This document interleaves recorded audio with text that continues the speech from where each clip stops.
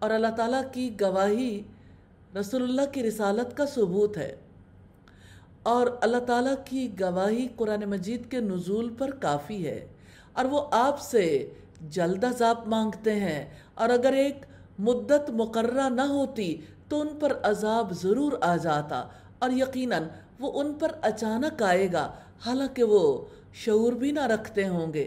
عذاب کا مطالبہ کرنے والے ایمان نہیں لانا چاہتے، اس لیے کہتے ہیں سچے ہو تو عذاب لے آؤ۔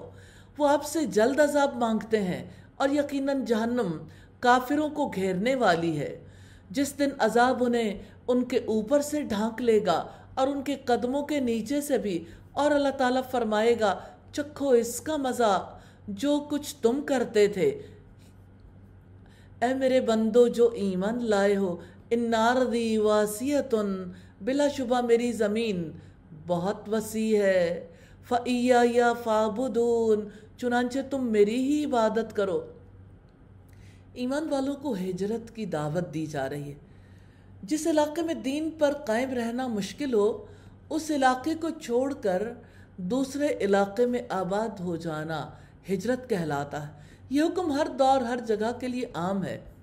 جہاں کہیں مسلمان ایسے حالات سے دوچار ہو جائیں گے، اللہ تعالیٰ کی عبادت کرنے سے روک دیے جائیں گے، انہیں وہاں سے ہجرت کر کے ایسی جگہ چلے جانا چاہیے جہاں آزادی کے ساتھ اللہ تعالیٰ کی عبادت کر سکیں، اس لیے کہ انسان کی تخلیق کا مقصد ہی عبادت ہے۔ کلُّ نفس ذائقۃ الموت، ہر جان موت کو چکھنے والی ہے، پھر تم ہماری ہی طرف لوٹائے جاؤ گے۔ موت تو ہر علاقے میں آنی ہے، چاہے کوئی کسی مقام پر رہتا ہو، اس لیے ہر انسان کو چاہیے کہ وطن اور اپنوں کی محبت سے بالا تر ہو کے اپنی آخرت کی کامیابی کے لیے کوشش کرے۔ وہ زندگی جو موت کے بعد شروع ہونی ہے، اس نے ہمیشہ رہنا ہے، اس لیے اس کا زیادہ حق ہے کہ اس کے لیے تیاری کی جائے۔ اور جو لوگ ایمان لائے اور جنہوں نے نیکیاں کیں، انہیں ہم ضرور جنت کے اونچے گھروں میں جگہ دیں گے، جن کے نیچے سے نہریں بہتی ہوں گی، ان میں وہ ہمیشہ رہنے والے ہوں گے۔ کیا ہی اچھا اجر ہے عمل کرنے والوں کا۔ اللہ تعالیٰ نے فرمایا کہ جو وطن تم چھوڑ رہے ہو، گھر بار چھوڑ رہے ہو، تمہیں دنیا میں بھی وسعت ملے گی، آخرت میں بھی جنت ملے گی۔ ایمان اور عمل صالح کرنے والوں کے لیے کیسے بڑے محلات کی خوشخبری ہے جن کے نیچے سے نہریں بہہ رہی ہوں گی۔ جن لوگوں نے صبر کیا اور وہ اپنے رب پر ہی بھروسہ کرتے ہیں۔ صبر کا مطلب ہے نیک اعمال پر اپنے آپ کو روک کے رکھنا، اور برائی چھوڑنے پر اپنے آپ کو جما کر رکھنا، اور مصیبت میں صبر کرنا۔ تو اللہ تعالیٰ پر توکل کرنے سے مراد دنیا کے ہر معاملے میں توکل ہے۔ دین کے معاملے میں صبر اور توکل، یہی دو صفات ہیں جس سے انسان تا حیات نیک عمل کرنے کے قابل رہتا ہے۔ وَكَأَيٍّ مِّن دَابَّةٍ لَا تَحْمِلُ رِزْقَهَا، کتنے ہی جانور ہیں جو اپنا رزق اٹھائے نہیں رکھتے۔ اللہ یرزقها وَإِيَّاكُمْ، اللہ تعالیٰ ہی انہیں بھی رزق دیتا ہے اور تمہیں بھی، اور وہ سب کچھ سننے والا، سب کچھ جاننے والا ہے۔ ہجرت کے لیے اللہ تعالیٰ آمادہ کر رہے ہیں کہ آپ کو یہ فکر ہے، مال چھوڑ دیا، علاقہ چھوٹ گیا، رشتہ دار چھوٹ گئے، پھر کاروبار کیسے ہوگا؟ تو اللہ تعالیٰ نے فرمایا جانوروں کو دیکھو، کیا انہوں نے کوئی خوراک سٹور کر رکھی ہے؟ اپنا رزق ساتھ اٹھا کے نہیں چلتے۔ روزی کا تعلق نہ زمین سے ہے نہ انسان کی کوشش سے۔ یاد رکھیے گا، روزی کا تعلق اللہ تعالیٰ کی ذات سے ہے۔ وہ ہر جاندار کو روزی پہنچاتا ہے، چاہے وہ کمزور ہو، اپنی روزی ڈھو نہ سکتا ہو، یا طاقتور ہو جو اپنی روزی اپنے ساتھ ڈھو سکتا ہو۔ اللہ تعالیٰ ہر ایک کو روزی پہنچاتا ہے، چاہے وہ دنیا کے جس گوشے میں بھی رہتا ہو۔ اور یقیناً اگر آپ ان لوگوں سے پوچھیں کہ آسمانوں اور زمین کو کس نے پیدا کیا اور سورج اور چاند کو کس نے مسخر کیا، تو وہ ضرور کہیں گے کہ اللہ تعالیٰ نے۔ پھر وہ کہاں بہکائے جا رہے ہیں؟ یعنی اللہ تعالیٰ کو چھوڑ کر، اس کے کلام کو چھوڑ کر کہاں جا رہے ہو؟ ایسے لوگوں کا منہ موڑنا قابل تعجب ہے۔ ایسے لوگ خود منہ نہیں موڑتے، شیطان انہیں الٹے راستے پر چلاتا ہے۔